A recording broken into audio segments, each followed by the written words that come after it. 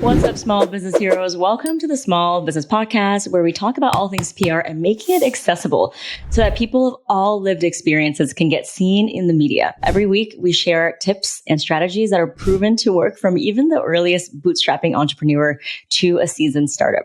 We interview PR students, we interview journalists to really peel back the curtain and reveal to you how you can get your own PR. So this episode is called 3 Reasons Why Your PR Efforts May Not Be Working. Now, if you have watched my PR Secrets Masterclass or are familiar with my community, you know that I have a very specific way of writing pitches. This is a proprietary method that I came up called the CPR pitching framework. And it's worked for so many founders in hundreds of different industries, both product and service-based. So this episode is really about once you've grasped the art of writing a pitch, you know what it looks like. Maybe you're in my PR program and you've seen it, but it's still not getting as much traction as you would like. So here are 3 ways to troubleshoot it and think about it differently if you are doing the pitching, but it's not working. So the first reason why your PR efforts may not be getting as momentum as much as you would like is that you are seeing it through the lens of a one and done. I will say this over and over again. Unlike social media or ads, that's kind of a one and done, and you have to keep feeding the machine. PR to me is knowing how to communicate your message so that you can make a connection with a journalist who is going to be in the position to write about you over and over again. And especially now with staff budget cuts and journalists being freelance and writing for many different outlets, it means that if you make a connection with one and you really see that relationship as building something for the long term, there's really no limit to the amount of articles or places that you can be seen, right? But a lot of times people might be approaching it as, well, I just need this one thing, this one shot because I'm launching this season. And I really don't think that that's the right way to look at it. That's a very kind of ephemeral, short-term way of looking at your business. There are so many opportunities all year round to stay relevant, to freshen up your angles. So for example, if you have actually sent a pitch and it didn't work out, think about what's happening in the news. The news cycle is 24/7. There are always things happening. I don't care what industry you're in. There's trends on social media. There's things that big companies are doing. There's celebrity trends. There's things that are just exploding in the news all the time. So how can you refresh your angles? It doesn't mean to rewrite every single pitch, but once you have the pitch down using my CPR method, you can easily swap out subject lines and different bullet points. So for example, Jessica Santander, who was on this podcast, and she said that she was able to get into BuzzFeed, Allure, and Vogue, and all of those places. She didn't just send one pitch and say, okay, that's it, I'm done. She knew that her little jewelry business that she was selling at different farmers markets and local stands, she knew that she needed that visibility and that traffic, and she didn't want to pay for ads. So what did she do? She put together different types of pitches for different seasons. So for summertime, it might be the best jewelry for summer and resort.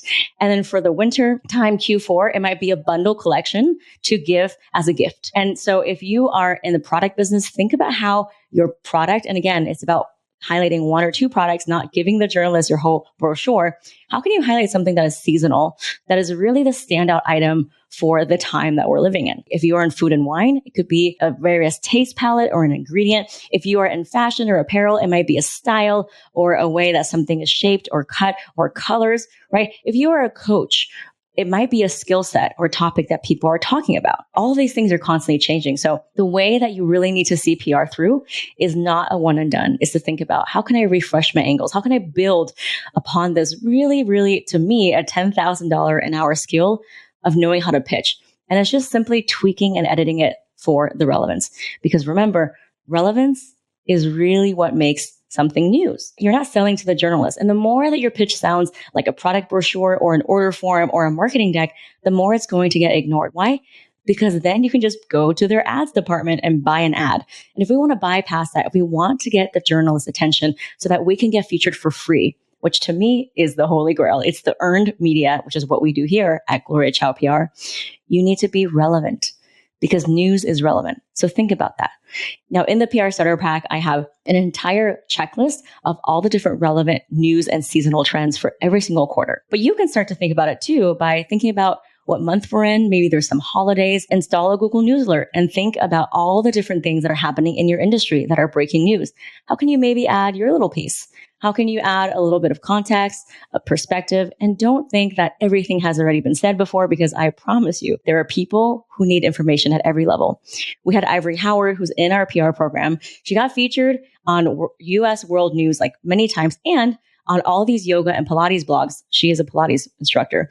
And I kid you not, she was in an article in 2022 called What is Pilates? Boom. Shocking, right? Just when you think everything has been said and done, guess what? There are people who need different information at different levels. So that's really what I mean by when you shift your perspective to see everything as an opportunity or a chance to turn that no into a yes, the opportunities start flowing. And this is true in life. This is true in energy and spirit. It's the same thing is true in PR. It's never a one and done. If you view meeting a journalist, and even if they say no, right, in the DMs, if you say, okay, well, they said no, bye, you're cutting off that source of opportunity. But if you're saying, okay, I know this pitch might not be for you right now, how can we co-create or collaborate on a story later this year? Because I saw that you wrote about the same topic last year. Do you see how that's turning something that's seemingly like a rejection into an opportunity? We had Tanisha Simone, who's one of our OG PR members. She got featured in like Pop Sugar, Bustle, Vogue, and Shape magazine. And she just turned all of those no's into a yes. She even said in the DMs, hey, it seems like you read my pitch, but you're not responding. Do you know like who this might be good for? Now, not everyone responded, but guess what? That actually led to her Shape feature because that journalist said, oh my God, thank you so much for following up with me. Yeah, you're right. Like I'm no longer with the publication, but you might contact this person. The beauty of what we're doing here with the CPR method and pitching is that it's not a sales angle. And so because we're turning your sales pitch into something that is value driven, something that is topic, insight, solution driven, you don't feel sleazy about following up because you know that it's just about adding to the conversation. So that's really what I mean is number one, the reason why your PR efforts may not be working is that you're not seeing it as a long-term thing. So how can you shift your perspective and turn those no's into opportunities and refresh those angles for seasonality? That's number one. Number two, in terms of the reason why your PR might not be working is that you are not following up. You're not committed to the follow-up game.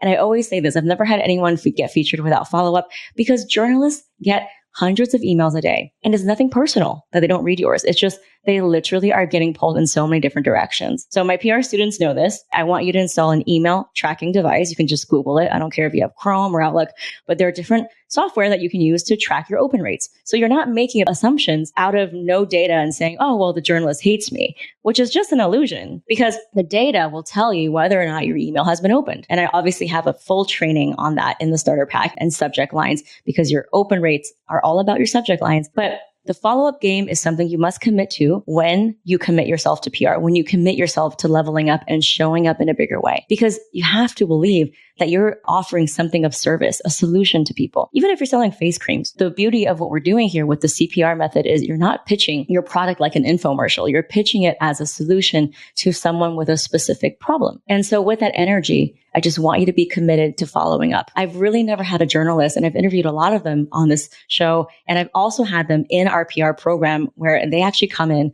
into our small group, and you get to meet them, and you get to talk to them, and they actually show you their inbox and all of the things. It's kind of like having a journalist as your mentor. I always ask them the same question, which is, have you ever blocked somebody or said like, oh my God, this person is so annoying from following up? And the answer 9.9 out of 10 times is no, because they just simply get so many emails. And I know this is such an unnatural act for us small businesses to all of a sudden be like, oh my God, I'm pitching to a journalist. Like we're not taught this growing up. So I understand that it's daunting. It's frustrating. It can seem difficult and intimidating. And that's what the PR industry wants you to think so that they can charge $10,000, $20,000, $30,000 because they know that no one's teaching you this and no one's giving you this information. So if you're committed to advocating for yourself and rewriting the narrative, which is what we're all about here at Gloria Chow PR, I want you to be committed to the follow-up, which means that you are diligently tracking who you're sending messages to, following up every 7 to 10 days, and being a good steward of the news. Like turn on your notifications. Journalists are writers. Comment on their latest article and say, hey, I really love that. Actually care about what they're writing about. And that's really kind of the energy exchange, because if you're going to just like throw all these pitches at journalists and you don't really care about them or respect them as a writer, like why would they write about you, right? Now, I'm not saying that you necessarily need to be all the time online complimenting them, because that can come off as fake. What I mean is when you are committed to follow up, all of the activities of seeing if they're writing online and maybe liking it or sharing it, all of those things show a commitment to follow up. It shows a commitment that, again, not only are you following up, you are building a long-term relationship, and you see this as a long-term relationship. This relationship can pay off in so many different ways. Like I said, in point number one, So the sooner you can start seeing it as that, trust me, your PR efforts will start to get going. Now, the third one is more about the strategies and the tools that you're not using. So it might be that you're simply not tracking your emails. It might be that you are sending emails on a day that is not optimal, like the weekend or the day before a holiday. Now, I teach this in my PR program, exactly when to send, how to follow up. But think about it this way. If you're sending emails in random hours and you don't really have a system to do it, then it's never going to get done. If you can systematize things and know exactly when you're sending it, who you sent it to, and who you followed up, that system will start to produce results. It just works. It's like a machine or a car. When you build the system runs. And so that's really what I've been trying to tell my PR students. And the reason why I started my program is PR is not a one and done. It's not like something you maybe have time to do on top of everything else. It really is a foundation and a system that you build within your business so that you can not only get organic leads and traffic and visits and credibility, but it also allows you to become a better communicator and take skills with you for life that is no market or competitor can take away from you, which is knowing how to get to those opportunities, knowing how to be seen, knowing how to leverage people's audiences, whether it's a podcast or whether it's a top tier outlet that reaches 30 million people. It's all about working smarter, not harder. And that's the power of PR. It has that reach. It has that leverage point. So for every 1 hour of work you're doing, the payoff could be huge, where it's, maybe you can get a quick little win on social media by making all these reels or posting, but the algorithm the next day is not going to like you. You're going to get maybe 10, 20, 30, or even 200 people viewing it. That doesn't necessarily translate to people who are actually going to buy your stuff. Right? Because they're on social media, they could be discovering you and they're not really in your audience. But the thing about PR is that if you are in an article called, how to become a better speaker or how can children learn better or whatever it is, right? Best products, people are actually reading it because they're interested. Like they choose what they're seeing. So that is why PR is so amazing. It checks all of the boxes of meeting your direct audience where they want you. It allows you to get a hell yes from them because you have that credibility, right? You've been vetted. And then it also checks the boxes of SEO and traffic because you're like being on one platform, you can be visible to millions of people without paying that in ads. So I just really want you to take a long form perspective, mindset, usually. And for my experience and the experience of so many people is usually 90% of the game. It's usually 10% of it is like a logistical or a software thing, but you have to have the right mindset, the right perspective to see this as compounding and know that nothing is wasted, not even the rejection, because it all accumulates. Every experience is accumulated. There's no such thing as wasted because you take that within you. So hopefully with that, I've given you some motivation, some inspiration. And if you're interested in checking out our PR program, you can go to prstarterpack.com.